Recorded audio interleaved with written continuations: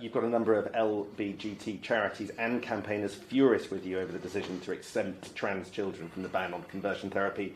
Why did you decide to do this? Well, I'm sad about their reaction because these are good organisations with whom we have had great relations over a long period of time. I'm very proud, by the way, of everything that I've done and our party has done to champion these issues. I was one of the first Conservatives to call for equal marriage. The Conservative government brought it in. I think when I became Foreign Secretary, I insisted that the LGBT flag should fly even in over embassies where other parts of the world where they didn't necessarily share our values. So I'm 100% committed to this, and we will have a ban on gay conversion therapy, which to me is utterly abhorrent.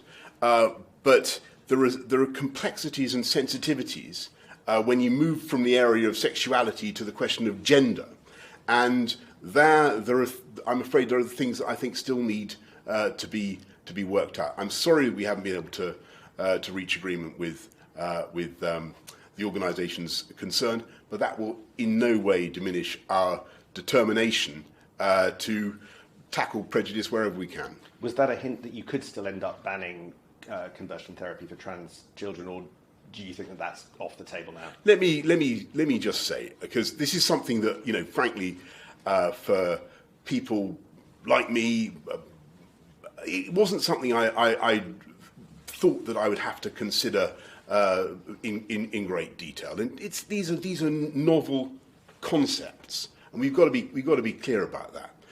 But I suppose I'll just make a few points.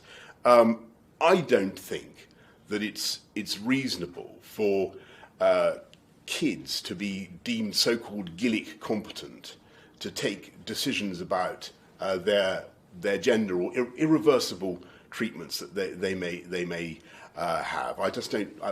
I think there should be parental involvement at the very least. That's the first thing. Second thing, I don't think that biological males should be competing in female sporting events. And maybe that's a controversial thing to say, but it just seems to me to be sensible.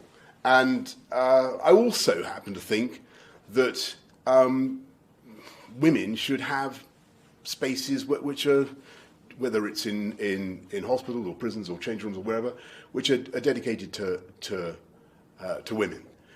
That's as far as my thinking has developed on this issue.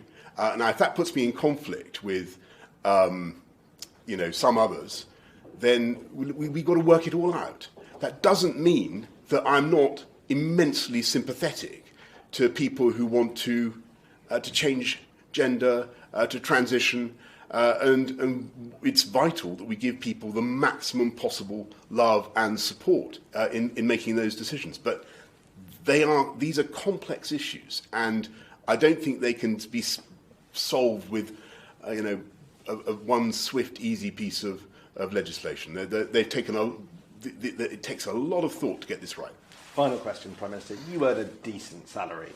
If you had some money left over at the end of the month, at the end of the year, would you consider donating to Eton, just as your Chancellor donates to Winchester College? I think it's an admirable thing to support your place of education and be true to your school, as the Beach Boys said.